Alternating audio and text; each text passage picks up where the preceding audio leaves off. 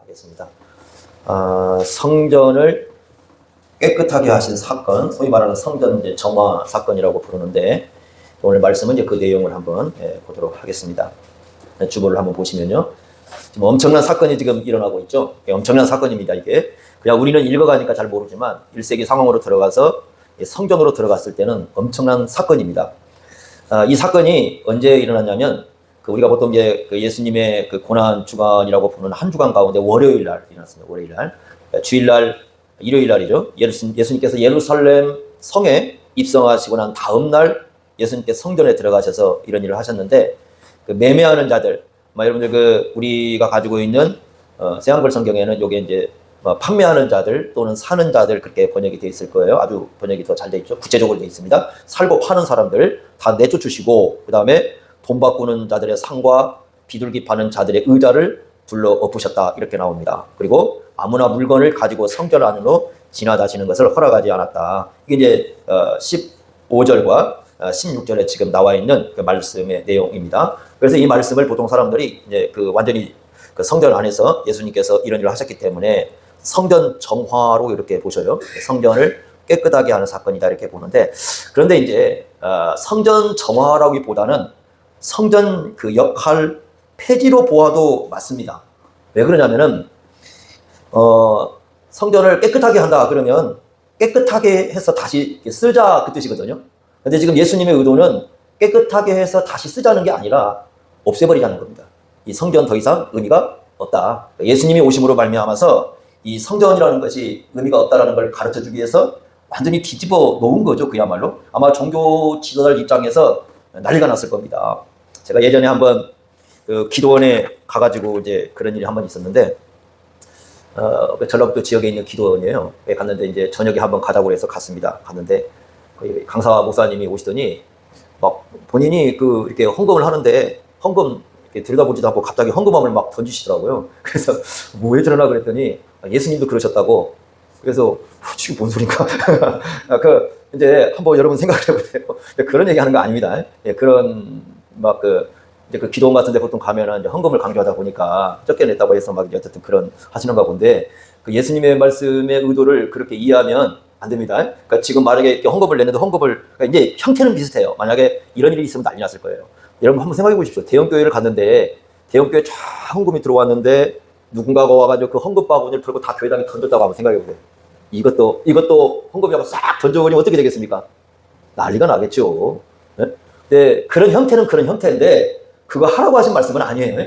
그거하고 상관이 없는 말씀이니까. 왜 그러냐면 이건 두 번 또다시 해야 할 사건이 아니에요. 왜 아니냐면 아까 얘기했지만은 성전 청결이라고 보면은 약간 비슷한 형태는 가질 수 있지만 성전 청결이라기보다는 오히려 폐지를 가르쳐주는 거예요. 폐지를 가르쳐주기 때문에 성전이 폐지되고 난 다음 이후에는 할 수 있는 게 아니에요. 그러니까 이 말씀을 우리가 곡해시키면 안 됩니다. 이 말씀의 의도를 정확히 이해를 하고 보는 게 굉장히 중요합니다. 그래서 한번 상황을 우리가 좀 보겠는데요. 그 당시 성전은 여러 구역으로 나누어져 있어요. 그래서 제가 여러분 복사물 하나 또 있죠. 성전 도면이 하나 들어가 있을 겁니다. 그죠? 예루살렘 성전 조감도가 들어가죠. 그래서 이제 거기 일부러 1세기 당시 예루살렘 성전의 도면 조감도를 지금 여러분들에게 보여드렸어요. 이렇게 생겼어요. 세로 성전이라는 것이. 그래서 여기를 잘 보시면 어떻게 들어가냐면, 먼저 여러분 성전 도면을 한번 보세요. 도면을 보시면 왼쪽에 뜰이 하나 나오죠. 바깥뜰이라고 하는 게 이방인의 뜰입니다. 그게 이방인의 뜰. 그러니까 어디서 이 매매를 하냐면 여기서 해요. 이방인의 뜰입니다.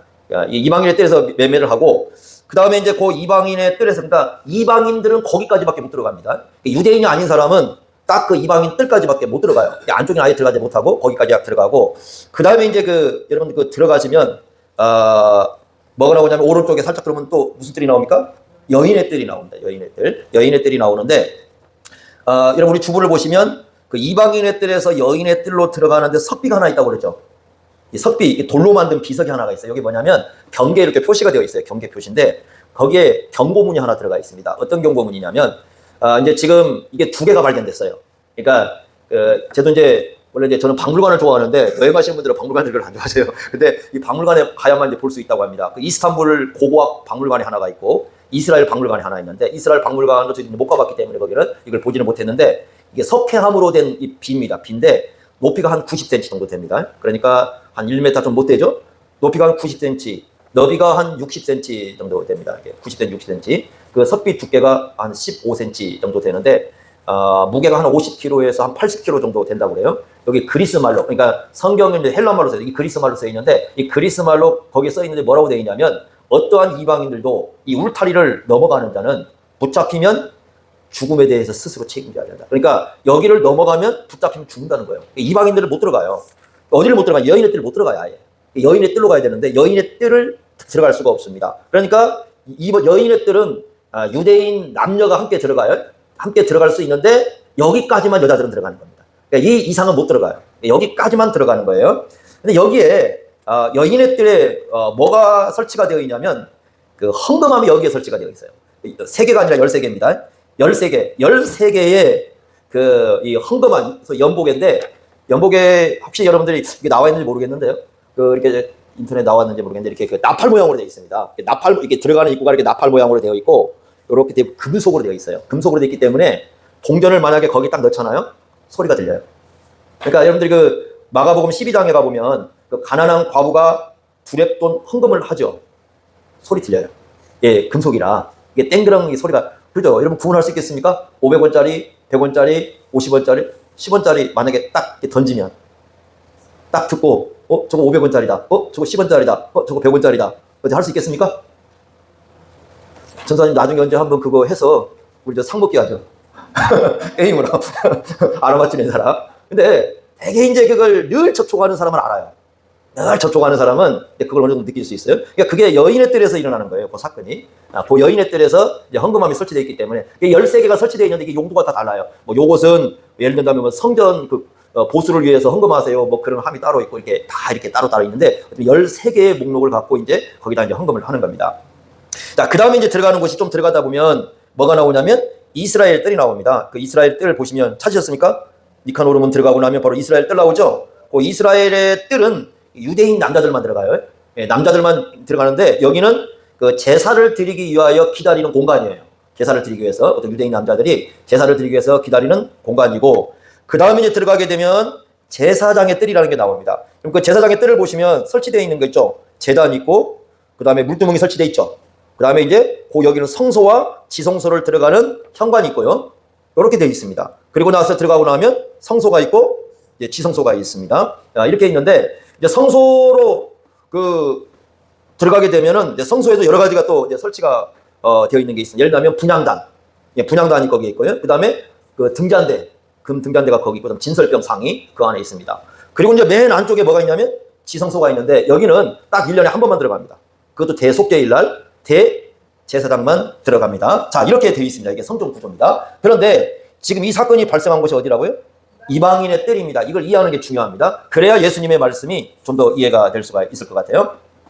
처음에는 이런 그 환전상이 어디에 설치되어 있었냐면 감람산에 원래 설치되어 있답니다. 그러니까 이게 처음부터 성전에 들어왔던 건 아니고 원래는 이제 그 감람산에 4군데 이렇게 설치가 되어 있었대요. 그래서 그 감람산에 와가지고 이제 요걸 바꿔가지고 이렇게 왔었는데, 이거 해보니까 아니 감람산에서 하든 성전에서 하든 뭐가 상관이 있겠느냐 해서 점점 요걸 이제 성전 안으로 끌어들여 와가지고 어디다 해놓는 거냐면 그 이방인의 뜰에다가 설치를 한 겁니다. 그래서 여기서 이루어지는 것은 크게 2가지입니다. 어떻게 2가지냐면 여기 보시면 첫째는 20세 이상 성인 남자들은 전부 성전세를 1년에 한 번씩 내야 되거든요. 근데 그 성전세를 내는 게 아무 돈이나 낼 수 있는 게 아니에요. 두로의 은화라고 불리는 이게 반세겔이라는 게 있어요. 반세겔. 요것만 내야 됩니다. 요것만 내야 돼요. 그러니까 반세겔로만 성전세를 낼 수가 있어요. 그런데 그 당시에 어떻습니까? 로마 지배 아래 있지 않습니까?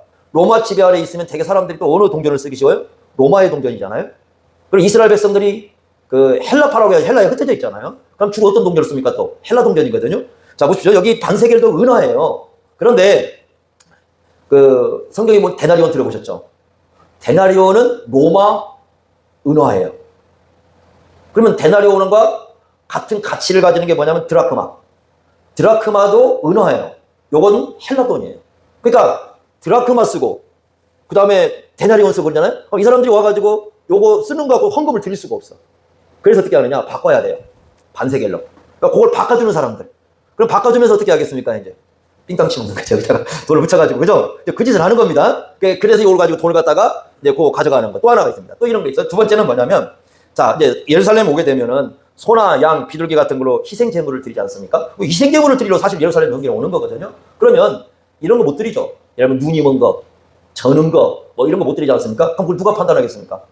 제사장들이 판단하겠죠? 이런 거죠. 멀쩡한 것도 오면 제사장이 이거 흠이 있어. 그럼 못 드려요.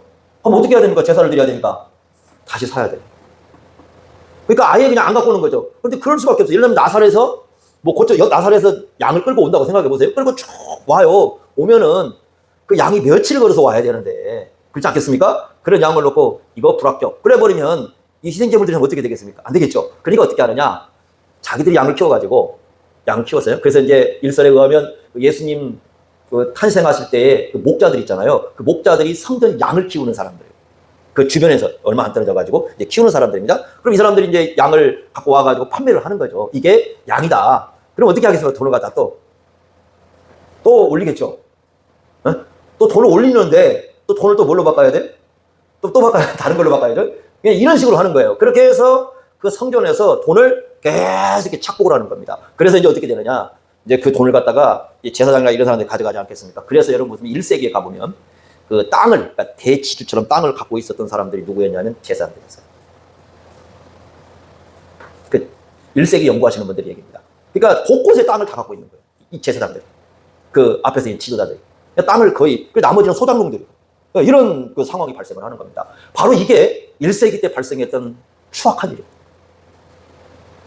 그러니까 어떻게 하느냐? 예수님께서 오셔가지고 다 뒤집어 엎어버리는 겁니다. 이게 도대체 뭐야? 이게 하나님을 섬기는 종교냐?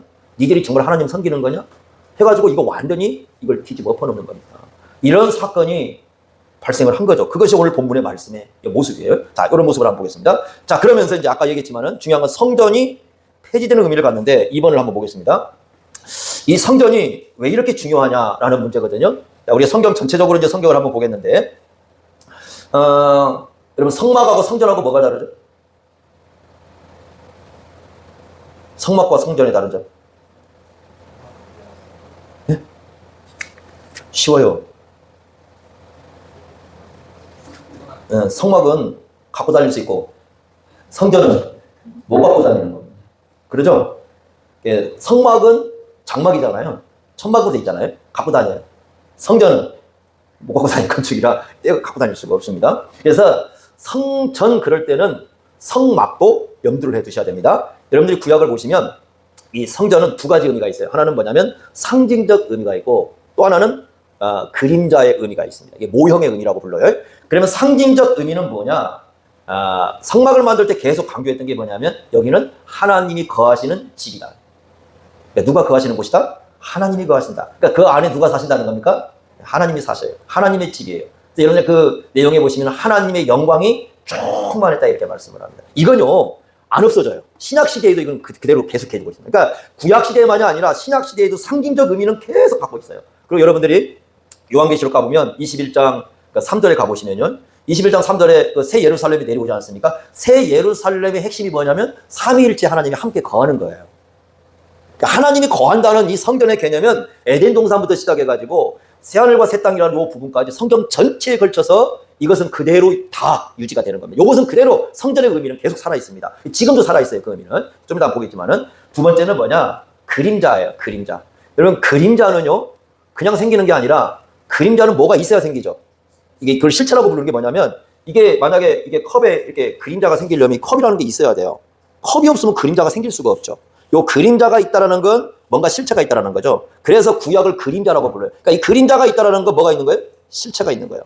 그래서 구약은 그림자인데 그 성전은 그림자라는 거예요. 그림자. 건물은 그림자인데 그 그림의 실체는 누구라는 거? 신약에 보니까 예수라는 거예요. 예수. 그죠? 그럼 이런 거죠. 실체가 오면 그림자는 필요가 없어요.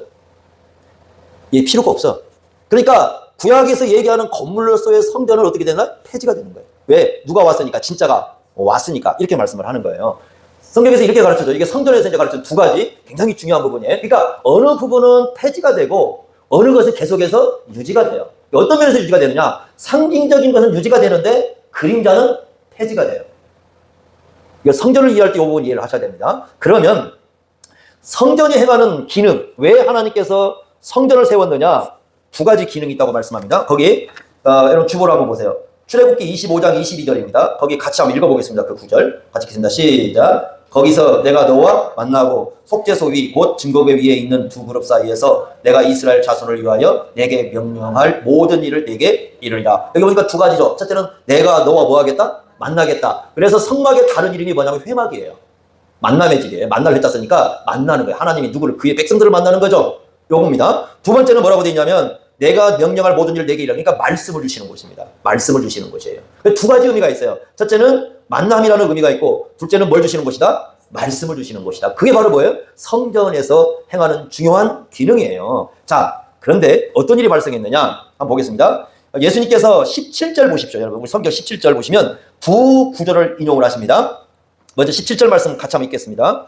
마가복음 11장 17절 함께 있습니다. 시작. 이에 가르쳐 이르시되 기록된 바 내 집은 만민이 기도하는 집이라 칭함을 받으리라고 하지 아니하였느냐? 너희는 강도의 소굴을 만들었도다 하시매. 자, 여기 보시니까 자, 기능이 올바른 기능이 있고 잘못된 기능이 하나가 나오죠.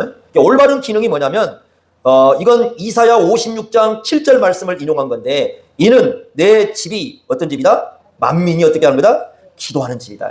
만민이 기도하는 집이야. 예? 그렇게 말씀을 하셔요. 만민이 기도하는 집이야. 자, 제가 아까 이방인의 뜰이라는 걸 왜 주목하라고 그랬습니까? 만민은 유대인만 해당이 됩니까? 이방인도 해당이 됩니까? 이방인도 해당이 되는 거예요. 그러니까 이방인의 뜰에서 이방인들도 와서 뭐 하는 거예요? 하나님께 기도하는 거죠. 그래서 만민이 기도하는 집이 돼야 되는 거예요. 그런데 이게 올바른 기능이에요. 잘못된 기능이 나왔습니다. 그게 뭐냐면 예레미야 7장 11절인데 여러분 예레미야 7장은 우리가 그 성전 설교라고 부르는 장이에요. 예레미야 7장은 성전 설교. 어떻게 하냐면 예레미야 선지자가 그 성전 앞에 딱 서가지고요. 막 사람들이 예배하러 오지 않습니까? 막 예배하러 오니까 그 예배하러 오는 사람들한테 성전 앞에 딱 서가지고 막 외칩니다. 너희들 다 도둑놈들이야. 아, 이거 여러분, 이거 사람들이 어떻게 생각하겠어요?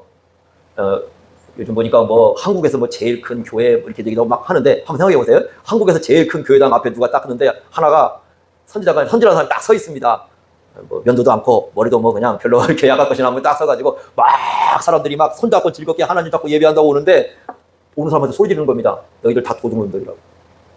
그럼 어떻게 생각하겠어요? 사람들이 뭐라고 반응하겠어요? 여러분 한번 생각해 뭐라고 반응하겠어요? 전라북도에서 제일 큰 교회당 앞에 가서 누가 서가지고 너희들 하나님께서 말씀이 이 예배당 다 문 닫아버렸으면 좋겠어. 너희들 다 도둑놈들이야. 라고 외쳐버렸어. 그럼 당연히 뭐라고 하겠어요? 다 오는 사람, 지향한 사람이 주고, 다. 아니, 미친놈 아니야, 주고. 아니, 지금 이분이 다 예배를 드리고, 하나님 앞에 지금 은혜롭게 예배를 드리려고 하는데, 뭐, 우리 보고 뭐라고? 이 문을 닫아버렸으면 좋겠다고? 아, 여러분, 참 부끄러운 일들이 많아요. 좀 교회들이. 안 그렇습니까? 얼마 전에 막 어느 교회당 막 싸움 난 거 보니까 기가 막힌 현실이 나왔어요. 어떤 현실이 발생했냐면, 성도들이 다 앉아있는데, 목사들 2명이 올라가 설교를 합니다. 싸워요. 이쪽 싸우는데 성도들은 하나인데 목사가 강단에 들어올라가서 같이 설교를 하고 있어요. 그거 어떻게 됐습니까? 그거 전라북도에서 일어난 일입니다. 지금 최근에 대형교회에서 주님께서 그거 보시고 뭐라고 할까요? 이런 현상이 발생을 하는 거 아닙니까? 이렇게 하니까 참 기가 막히겠죠, 사람들은. 근데 선지자는 그렇게 외치는 거예요. 근데 이 말씀을 그대로 갖고 오는 겁니다. 뭐라고 말씀하느냐? 거기 보시면 예레미야 7장 11절에는 뭐라고 되어 있냐면 내 이름으로 일컫는 이 집이 너희는 도둑놈의 소굴로 보이느냐? 그런데 여기는 뭘로 번역되어 있습니까? 강도의 소굴. 네? 강도들이라. 아까 얘기했지만 돈 바꾸는 거. 그 다음에 희생제물 보고 사고 판매하는 거 있지 않습니까? 거기서 돈을 다 어떻게 올려가지고 다 받아먹고 그 받아먹은 걸로 집 사고 땅 사고 막 눈치타는 거잖아요. 교회가 장사의 소굴이 되어버린 거죠. 기도하는 집의 의미는 없어져 버리고 요즘은 그런 것 같아요. 요즘 저번에 어떤 분이 와가지고 저한테 한탄을 합니다. 목사님, 요즘에 좀 교회당이 좀 이상해요. 그래서 왜 그랬더니 그 교회가 어떤 교회냐 그랬더니 코로나가 와가지고 교회들이 다 어렵게 됐단 말이에요. 또 마찬가지지만 다 코로나 오고 나서 교회들 다 어렵게 됐습니다. 근데 그 교회는 코로나 기간에 사람들이 더 들어왔답니다. 그래서 많이 들어왔대요. 근데 이상해요. 왜 그래? 사람이 들어오니까 기도하자는 소리가 없어지더래요. 그래서 뭐 얘기 나오면은 그래? 이렇게 가지. 기도합시다. 이런 소리가 안 나오더래요. 그래가지고 기도하자고 그러면은 이상하게 쳐다보기도 한대요. 그러면서 그걸 놓고 얘기를 해주는데 아니 그게 진짜야? 근데 이제 아주 신뢰하는 이제 밑에 이제 제자가 하는 얘기니까 사실이겠죠. 어느 순간에 교회가 그렇게 돼버려요. 이제 우리는 어떤 일을 하면은, 아유, 기도 좀 해주세요. 기도합시다. 진짜 또 교회에서 기도하는 사람들 있잖아요. 기도하는 사람들이 있으면 그냥 옛날에는요, 여러분 저도 그런 것 같지만은 기도를 하라고 해서 하는 게 아니라 그냥 이게 하루 중에서 가끔 이렇게 이제 평일날 낮에 들어가 보면 그냥 와서 기도하고 하는 사람도 있어요. 그죠? 또 자기가 어떤 사람들은 시간을 정해놓고 뭐 내가 한 12시에 기도하고 하는 사람도 있고, 어떠신 분들은 밤에 와서 가고. 저 때만 해도요, 그때 중고등부 학생한테 제가 군대 가기 전에 뭐라고 가르쳤냐면, 너희들 수요일 날이라도 학교 갔다 오면서 기도하고 가라고 그렇게 가르쳤어요. 또 아들들 그때는 순진했어요. 전부 다 와가지고 가방 끌고 가면서 교회당 와가지고 기도하고 가요. 지금 애들한테 그랬다가 큰일 나죠. 근데 예전에는 그게 얘기가 됐었어요. 여러분들하고 기도하라. 지금 기도하자는 말도 쉽지 않은 상황, 이렇게 돼버렸어요. 그리고 어떨 때 보면 기도하자고 또 짜증내는 사람도 있고요. 막 이래요. 지금 한국교회가 이상하게 가고 있지 않습니까? 근데 기도하는 집이라는 이 기능은 상실돼 버리고 다 없어져 버리고, 이제 뭐가 돼버렸느냐, 강도의 소굴이 되는 거예요. 그러니까 이런 현상이 발생을 하니까 예수님께서 아주 분노를 하시는 겁니다. 이게 지금 성전이 맞냐? 이게 진짜 이걸 하나님을 섬기는 종교라고 부를 수 있겠느냐? 라고는 성전에 가셔가지고 그 매매하는 사람, 사고 파는 다 쫓아내시고, 돈 바꾸는 상 뒤집어 엎어놓으시고, 비둘기 파는 상 다 뒤집어 엎어놓으시고, 어떻게 생각하면 성전 그 이방인의 뜻이 완전히 난장판이 돼버린 거죠. 그걸 제사장이 보고 있겠죠. 그러니까 나중에 어떻게 하고 있습니까? 거기 보니까 예수님 나중에 뒤에 와가지고 18절 보니까 죽이려고, 이제 저 죽여야 되겠다. 예수님 죽여야 되겠다. 저거 살아있으니 안 되겠다. 이렇게 마음 먹잖아요. 그죠? 예수님 좀 죽여야 돼. 어떻게 우리가 지금 운영하고 있는 성전에 와가지고, 자기들 수치가 다 드러나는 거 아니에요? 부끄러움이 드러나고 수치가 드러나는 건데, 그걸 회개하는 생각이 아니라 어떻게 우리가 운영하는 우리에게 와가지고 이 권위에 도전하고 말이죠. 그죠? 이런 짓을 할 수가 있냐 하고는 생각한 것이 예수님을 죽여야 되겠다. 이렇게 가서 꾀하는 겁니다. 자, 그러면 올바른 성전신학과 우리 시대는 또 어떻게 해야 될까 하는 부분을 좀 생각해 볼 필요가 있습니다. 자, 여러분, 우리가 성전을 보실 때는 그냥 하나만 보지 마시고 구약부터 이렇게 신약까지 쫙 한번 보셔야 그 성전의 의미가 좀 이해가 됩니다. 자, 먼저 여러분들이 창세기를 한번 들어가 보시면요, 창세기 1장 1절이 뭐죠? 대초에 하나님이 천지를 창조하시나 그랬죠? 창세기 1장에서 여러분 잘 보시면 물론 여호와라는 이름이 나오긴 하는데, 창세기 전체적으로 하나님은 어디에 계신 분이냐면 하늘에 계셔요. 하늘에 계셔요. 되게 왜 그러냐면은 창세기 당시에 아브라함, 이삭, 야곱 당시만 해도 사람들이 신개념을 어떻게 생각하냐면 이렇게 구역을 정해놓고 이렇게 구역을 정해놨어요. 그래서 이쪽 구역은 요 신이 다스리고, 이쪽 구역은 요 신이 다스리고. 그럼 그러잖아요. 그리스 로마 신화에도 바다의 신은 뭐 포세이돈, 뭐 하늘의 신, 뭐 제우스, 이렇게 나누잖아요. 자기들끼리. 그러죠? 그래서 영역을 이렇게 영역을 정해놨습니다. 우리나라도 옛날에 그랬잖아요. 우리나라도 가보면 집안에 신이 엄청 많죠. 예? 그러죠? 그래서 뭐 예를 들면 뭐 부엌신, 장광신, 뭐 광에 따로 신이 또 있어요. 그 출입구 지키는 신이 따로 있고, 또 이렇게 그 마당도 저쪽에 위에 지키는 마당신 뭐 따로 있고, 뭐 이래요. 다. 예? 그래서 나름대로 다 신을 갖고 있어요. 그래서 어느 지역을 이렇게 정해놓고 요쪽은 요 신이 지배한다, 이런 개념이 사람들 마음속에 있습니다. 그런데 창세기에서 가르쳐주려고 하는 건 뭐냐면, 아니다. 하나님은 그런 분이 아니라 모든 지역을 다 어떻게 초월해 계셔요. 하늘과 땅, 어디에 계시든지 어디를 가시든지 하나님이 다 창조한 것이고, 창조주 하나님을 벗어날 수 있는 곳이 없어요. 그러니까 어떻게 하나님은 하늘에 계시면서 하늘과 땅의 모든 걸 다스리시는 그런 하나님이셔요. 그래서 그런 하나님이 이스라엘 백성을 애굽에서 불러내셨어요. 불러내셔가지고 어디로 인도하셨냐면 시내산으로 인도하십니다. 그러다가 한번 보십시오. 거기 출애굽기 24장 16절 보세요. 자, 여호와의 영광이라는 건 하나님의 임재를 의미하는 거예요. 하나님의 임재인데, 하나님의 영광이 어디에 와서 머물렀다? 시내산 위에 머물렀다. 거기 머물렀다라는 말이 성전 개념 거하신다는 말하고 똑같은 말이에요. 머물렀다고 썼는데 거하신다는 말과 똑같고, 그러니까 이스라엘 백성들이 이제 좀 더 가까이 느꼈겠죠. 왜냐하면 그 시내산을 볼 때 얼마나 두려웠겠어요. 막 난리가 났잖아요. 막 거기서 천둥도 치고 번개도 치고 캄캄해 졌다가 막 그 시내산을 볼 때 그러는데, 저도 저기 하나님이 좀 더 가까이 왔구나, 그건 느끼는 거거든요. 그래서 시내산 위에 이렇게 와가지고 여호와의 영광이 이게 시내산 쪽에 이렇게 온 겁니다. 좀 내려오신 거죠. 자, 넘겨보세요. 그 다음에 뒤로 넘어가 보시면, 그러다가 성막을 만들죠. 성막을 다른 이름은 뭐냐면 장막이에요.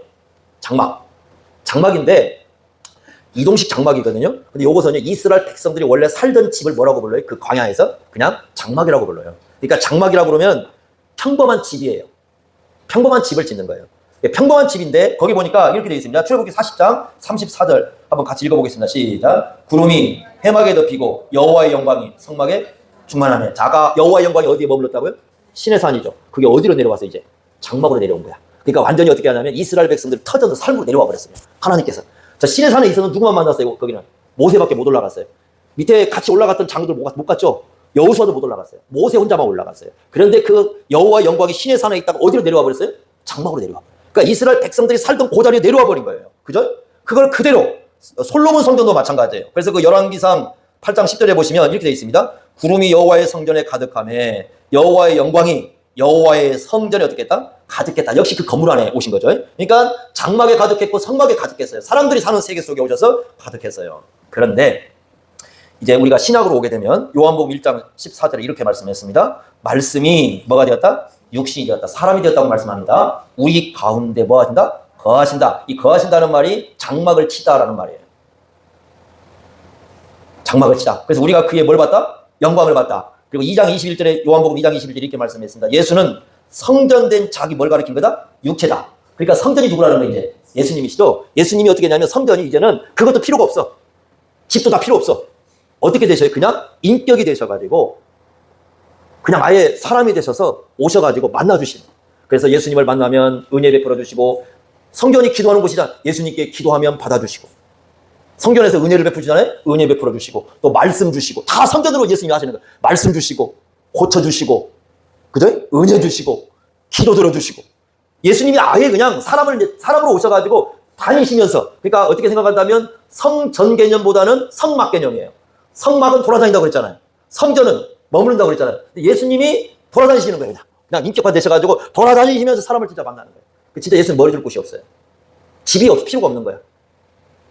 그러면 이제 뭐가 필요 없다는 거예요? 성막이든 성전이든 다 필요가 없어. 예수님이 더 가까이 오신 거예요. 여러분, 성전은요, 아까 얘기했지만은 지성소나 성소는요, 제사장 외에는 못 들어가요. 평생을 가도 유대인도 못 들어가요. 그런데 이제 그 유대인을 어떻게 예수님 직접 찾아오셨어요. 하나님이 직접 찾아오셨고 만나고 다니시는 거예요. 그러니까 굳이 하나님을 만나겠다고 성전을 갈 필요가 없는 거예요. 성막도 찾을 필요도 없고. 왜? 이제 오셔가지고 우리를 어떻게 하시니까? 만나주시니까. 이렇게 말씀을 했거든요. 자, 그리고 예수님이 어디로 가셨어요? 그 예수님이. 부활하셔가지고 하늘로 가셨잖아요. 하늘에 계시잖아요. 그래 어떻게 했느냐? 오순절에 누굴 보내십니까? 성령을 보내셨잖아요. 성령을 보내시는데 이제는 성령도 만나러 다닌 게 아니라 아예 우리 마음에 보내셨어요. 아예 마음에 보내셨다. 그래서 고린도 3장 16절 보세요. 거기 읽어보겠습니다. 같이 시작. 너희가 하나님의 성전인 것과 하나님의 성령이 너희 안에 계시는 걸 알지 못하느냐. 자, 내면화됐죠. 완전히 내면화됐어요. 그래서 이제는 아예 어떻게 되느냐. 우리한테 오셔가지고 우리와 함께 하시는 거예요. 그리고 우리 자체를 뭘로 볼 전부 다 이제는 너희가 하나님의 성전이야. 건물이 아니라. 예수를 믿는 너희가 봐 누구다? 하나님의 성전이야. 너희. 성령이 아예 오셨어. 우리 안에. 어때요, 여러분들? 그러면 예수님 당시보다도 훨씬 더 우리가 은혜 안에 있는 거예요. 왜? 예수님은요, 우리가 못 만나봤잖아요. 아무리 우리가 성경을 예수님 못 만나봤잖아요. 근데 성경을 때 직접 우리에게 다 오셔가지고 우리를 만나주신 거예요. 완전히 내면하게. 그래서 예수 믿는 사람들이 모인 공동체를 뭐라고 불러요? 그걸 성전, 이제 하나님의 성전이다. 성령이 너희 안에 거하시니까. 이게 우리 지금 우리가 살아가는 시대에 누리는 은혜잖아요. 그러니까 이런 거예요. 하늘에 있다가 어디로 왔어요? 신의 산에 왔다가, 신의 산에서 장막으로 왔다가, 장막에서 사람이 되셔가지고 이제는 우리 안에 오셨다. 그게 예수 그리스도로 말미암아 우리에게 준 은혜잖아요. 근데 단 하나 문제가 있다는 거죠. 죄 문제가 있어요. 우리 안에 오시려면은 죄 문제가 있잖아요. 근데 그 죄 문제를 예수님이 어디서 해결하세요? 십자가에서 해결하시니까. 십자가로 해결해 버리니까 성령이 오셔서 이제 우리 안에 거하실 수 있는 거예요. 네? 이게 성경이 가르쳐 주는 거죠. 그래서 여기서 내릴 수 있는 이제 결론은 뭐냐? 첫째, 교회당은 성전이 아닙니다. 요거 우리가 일단 기본으로 가십시다. 계속 얘기합니다. 교회당은 교회당이지 성전이 아닙니다. 지금도 여러분들 보세요. 이 부끄러운 일이지만 이 대형화된 이 교회들 대개가 다 성전이라고 써놨어요. 없습니다. 성전 지금 그런 건물 성전 없습니다. 존재하지 않아요. 만약에 여러분 건물이 성전이라면 지성소가 어디입니까? 여기 지성소인가요? 네? 말도 안 되는 소리 하시면 안 됩니다. 그러니까 지금도 개념은 그렇게 갖고 있어요. 우리는 지금 요 앞에 밑에 없잖아요. 웬만한 교회 가면 요 아래 또 하나 있죠. 여기 아래는 뭐 하는 자리죠? 그래서 이게 재밌는 게 옛날에 저희들도 그 시골에서요. 여기는 못 올라와요. 여기는. 근데 여기는 올라가요. 여기 아래는 올라가죠. 광고도 여기 아래서 해야 되고 권사님들 아래까지 다 오시잖아요. 그러죠. 근데 그게 뭐냐? 이게 성찬상인데. 성찬상이죠. 근데 성찬은 누구만 베풀어요? 목사만 베풀잖아요. 장로님들도 성찬 못 베풀져요. 목사만 이제 성찬을 집례한다니까요. 그러죠? 거기는 누구만 올라가는 자리 원래? 목사만 올라. 원래 거기는요, 여기 진짜 올라가면 안 되는 자리예요. 그래서 우리는 취업을 하는데 여기를 안 올라가는 거예요. 원래 목사만 들어가는 자리예요. 원래 그 자리가. 올라오려면 이 자리에서 와서 하셔야죠. 완전 이게 이제 잘못된 개념을 갖고 있는 거예요. 그리고 아니 만약에 건물 성전이 있으면 양 잡아야죠. 양 잡아야죠. 그 다음에 유월절 지켜야죠. 아니 왜 저쪽에 이상한 그 교회당들이 유월절 지키고 있는 교회 있잖아요. 왜 그걸 이단이라고 하면서 우리는 성전이라고 버젓이 쏘느냐.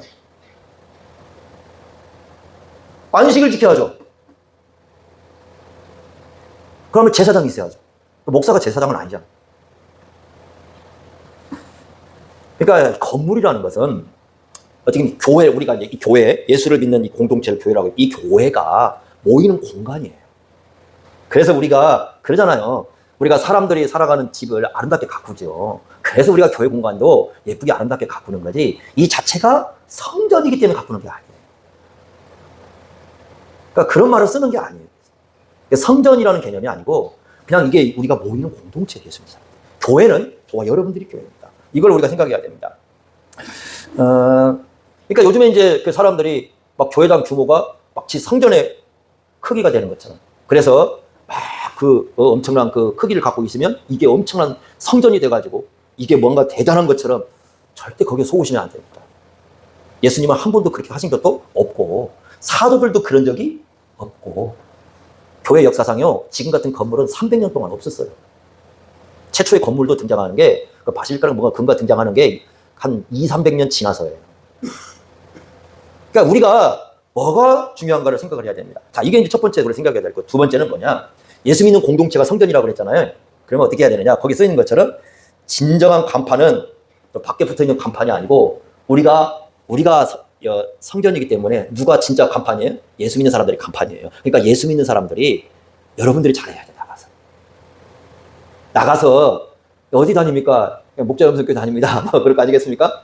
나는 또 목자염성 교회 다니는구나. 그럼 일단적으로 교회 다니면 누구 믿는 사람입니까? 예수 믿는 사람들이잖아. 그걸 내가 간판으로 갖고 있는. 우리가 살아가는 터전이, 내가 서 있는 자리가, 내가 행하고 하는 일이 그 자리가 예수를 드러내는 자리. 함부로 살면 안 되죠. 그 다음에 진짜 불빛은요 십자가 불빛이 아니에요. 여러분 지금 예전에 그런 한번 논쟁이 있었어요. 십자가 불빛이 예전에 다 붉은색이었잖아요. 이제 최근에 이제 하얀색이 좀, 혹시 보십니까? 하얀색? 논쟁이 벌어졌습니다. 십자가를 하얀색으로 써야 됩니까? 말아야 됩니까? 왜 십자가가 붉은색인데 예수님의 보혈을 상징하는데 왜 붉은색을 하얀색을 쓰느냐? 그래갖고 나이 드신 분들이 노발대발 해가지고 그 하얀 불빛을 하신 분들, 그런 분들 계시거든요. 그럼 거꾸로 한번 물어보겠습니다. 교회는 빨간 옷 입고 오면 안 됩니까? 예전에 제가 교회당 다닐 때 그 얘기 있었거든요. 빨간 옷 입고 오지 말라고 그랬었어요. 담임 목사님이. 왜 그러냐니까 마귀색이라고. 빨간색 마귀색이라고 그랬어요. 근데 입술은 다 빨갛게 칠하고 오죠. 그러죠? 아니 근데 왜 십자가는 붉은색이에요 그러면? 마귀색인가요? 색을 가지고 마귀나 천사를 따지는 게 아니죠. 그렇지 않아요? 그런 거 아니잖아요. 진정한 십자가의 불빛은요 종탑에서 흘러나오는 게 아니고 우리가 얼마나 예배를 통해서일 뿐만 아니라 삶의 터전 속에 돌아가서 정말 예수님을 따르는 삶을 어떻게 살아가느냐 하는가가 진정한 십자가의 불빛이에요. 그러면 아무리 화려한 불빛들이, 그런데요, 지금은 이제 많이 꺼지고 있다지만, 이렇게 비행기를 타고 이제 인천공항 내려오지 않습니까? 쫙 항공을 돌 때 밑에서 보면 십자가밖에 안 보여.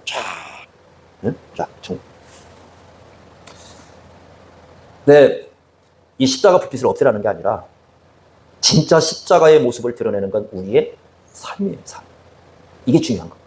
그러니까 우리가 교회당이라고 했을 때, 우리가 성전이라고 했을 때는 간판, 불빛, 이게 우리의 정체성을 드러내는 게 아니고 우리들 자신들이 정체성을 드러내는 거예요. 인격화되어서. 왜냐하면 우리 안에 누가 계시니까? 성령이 계시니까.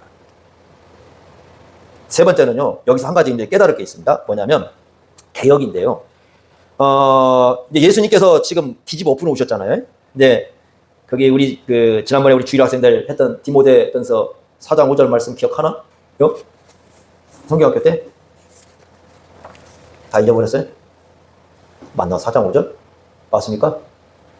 이렇게 돼 있잖아요. 하나님의 말씀과 기도로 거룩해진다. 그러니까 교회가 하나님의 말씀과 기도로 늘 개혁되어 가야 돼요. 교회는 사람의 궁리에 맞춰서 가는 것이 아니에요. 그게 가장 위험합니다. 가장 위험해요. 이 성전, 그 1세기 당시 성전이 사람의 편의를 도모한다고 했다가 이렇게 되지 않았어요? 그죠? 멀리서 오면 양이 상처를 입으니까 돈을 갖다가 성전세를 원래 이걸로 드려야 되니까 하나님께서 세계로 이걸 드려야 되니까 하면서 편의를 봐주고 사람에 맞추려고 하다가 결국은 모든 게 타락해버렸어요. 사람에 맞추는 순간 교회들은 타락하기 시작합니다. 교회는요, 말씀에 의해서 개혁돼야 돼요. 예전에 들었던 얘기인데, 신학교에서 제가 이제 제자들이 있으니까, 제가 이제 안 들어가 본 자리죠. 안 들어갔는데, 어떤 그 강사분이 오셔가지고 학생들을 모아놓고 이렇게 초청해서 세미나를 했던 모양이에요. 근데 그분이 교회 역사를 가르치신 분이었어요. 역사를 가르치신 분이었는데, 교회 개혁을 얘기하는데 이렇게 가르치더래요. 개혁이 뭐냐? 시대에 맞게 교회를 바꿔가는 게 개혁이다, 이렇게 가르치더래요. 저는 그 얘기를 듣는 순간 뭐라고 했냐면, 진짜 교회 역사를 알면 절대 그런 소리 못해요. 진짜 교회 역사를 알면. 개혁 기준은 시대가 아니에요. 개혁 기준은 세상이 아니고 개혁 기준은 뭐예요? 하나님의 말씀이에요. 하나님의 말씀으로 씻는 거지 사람의 편의, 사람의 구미 거기에 맞춰서 바꿔가는 게 개혁이 아니에요. 근데 사람들은 자꾸 뭐냐면 그걸 요청해요. 우리에게 맞춰줘라. 물론 맞춰가긴 해요. 근데 일부 우리가 쓸데없는 거, 그러니까 이래도 되고 이래도 되는 것들, 이런 것들 우리가 바꿔가지만 진정한 개혁은 그게 아니라 하나님의 말씀에 의해서 씻어져 가는 게 개혁이에요. 우리가 그런 것을 생각을 해야 됩니다. 그래서 이 예수님의 말씀을 통해서 진정한 개혁이 뭔가 우리가 그것도 한면 볼 필요가 있다, 이렇게 생각합니다. 자, 그래서 이게 중요한 겁니다. 성전은 우리가 다 뭐예요? 성전입니다. 우리가 다 성전입니다. 하나님의 성전이에요. 성령께서 우리 안에 와 계시고, 그래서 우리가 어떻게 말씀 안에 살아내는지, 어떻게 기도하며 사는지, 이것이 굉장히 중요해요. 여기는 우리가 가꾸는 터전이에요. 여기는 그러다고 여러분이 건물 아니니까 막 이거 아무렇게나 하고 발차기 하면 안 돼요. 발차기 하고 막 갔다가 막 낙서하고 막 미술관 아니니까 그런 거 하면 안 되죠. 우리가 예배하는 터전이기 때문에 소중하게 가꿔야죠. 그러나 본질은 뭐예요? 예배하는 우리 예수 믿는 사람들이 그렇게 중요한 것이다. 이게 성전을 가꾸는 거예요. 그래서 예수 믿는 사람들이 서로 어떻게 살아가느냐, 그게 하나님 앞에서 굉장히 중요하다는 걸 기억하시면서 올바른 이 성전 의식을 가지고 살아갈 수 있길 바랍니다. 기도하겠습니다. 하나님 아버지, 오늘 주님 말씀을 통해서 진정한 성전의 의미가 무엇인가를 생각해 봅니다. 예수님께서 채찍을 들었을 때 그 마음이 얼마나 아팠을지, 또 얼마나 노했을지, 또 얼마나 주님께서 그것을 바라보시고 가슴 아파할지 저희들이 생각해 봅니다. 오늘날 진정한 성전의 의미가 예수님께 있고 우리에게 있다는 것을 깊이 생각하면서 우리들 스스로의 삶에서 예수 그리스도를 올바르게 드러내는 삶을 살 수 있도록 함께하여 주옵소서. 예수님의 이름으로 기도하옵나이다. 아멘.